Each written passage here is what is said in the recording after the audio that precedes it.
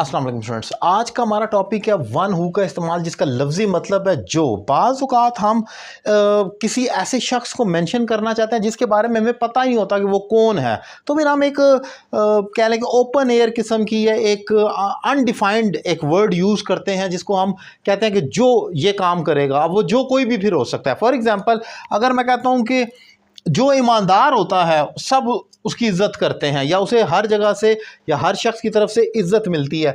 अब मैं कहता हूँ जो ईमानदार होता है, अब जो कौन है मुझे नहीं मालूम कि वो जो कौन है, वो कोई लड़का है, लड़की है, ज़्यादा लोग हैं, बूढ़ा है, जवान है, कोई नहीं। लेकिन मैं जो का लफ्ज़ इस्तेमाल करूँगा तो यहाँ पर फिर मैं उसकी इंग्लिश लिखूँगा वन हु इज़ ऑनेस्ट। इसको मैं ये भी लिख सकता, the one who is honest gets respect from everywhere. अच्छा, इसमें ये भी याद रखना है कि the one who is honest, ये पूरा आपका सब्जेक्ट आ गया। आपको दोबारा ये नहीं लिखना ही गेट्स रिस्पेक्ट फ्रॉम एवरीवन, उसे सबसे इज्जत मिलती है, नहीं।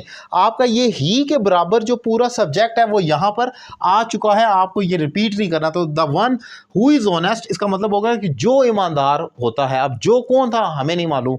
इसी तरीके से मैं कहता हूं जो तेज भागता है वो रेस जीतता है। तो वन हु रन्स फास्ट, आपने देखा वन हु रन्स फास्ट और आगे विंस द रेस, रेस जीतता है। ये हमारा पूरा सब्जेक्ट हो गया और ये प्रेडिकेट आपका हो गया, यानी कि ऑब्जेक्ट प्लस वर्ब आपका यहां पर आ गया। और ये पूरा आपका the one who runs fast, ये पूरा एज अ होल आपका सब्जेक्ट के तौर पर लिया जाएगा। लेकिन इसमें एक पॉइंट ये भी है, ये तो हमने बताया ना कि जो भागता है, जो लड़ता है, जो दौड़ता है, तो वहां पर वन हु का इस्तेमाल हो जाता है। लेकिन अगर वो जो का लफ्ज मेंशन कर दे कि लड़का है, लड़की है, कौन है, तो अगर वो कह देता है कि जो लड़का तेज भागता है, फिर वन हु नहीं आएगा। जैसे जो लड़का तेज भागता है वो जीता है, तो अब हम कहेंगे the boy who runs fast. अब हमने ये नहीं लिखना द वन हु बॉय, फिर वन हट जाएगा।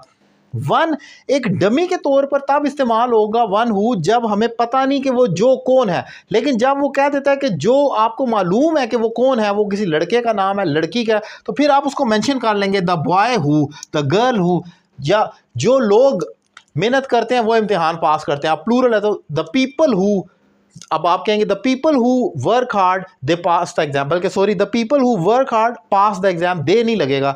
वही गलती जो कॉमनली होती है कि आपका जब एक सब्जेक्ट आ गया फिर दोबारा दे को मेंशन नहीं करना। इसी तरीके से the boy who runs fast, ये आपका पूरा सब्जेक्ट आ गया, आगे सिर्फ विंस लिखना है कि जीतता है, या विंस द रेस, या विंस द मैच, व्हाटएवर जो कुछ भी है। लेकिन असल पॉइंट ये है कि दोबारा ही, शी या दे कुछ भी नहीं लगाना इसके बाद, द वन हु के बाद या द बॉय हु के बाद। ये एक इंपॉर्टेंट पॉइंट है।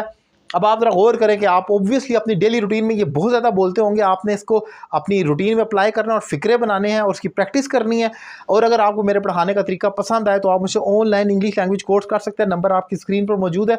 एक रीजनेबल फ़ी पे करें और घर बैठे मुझे ज्वाइन करें और अपनी इंग्लिश में एक ज़बरदस्त इंप्रूवमेंट लेकर आएँ। Thank you very much.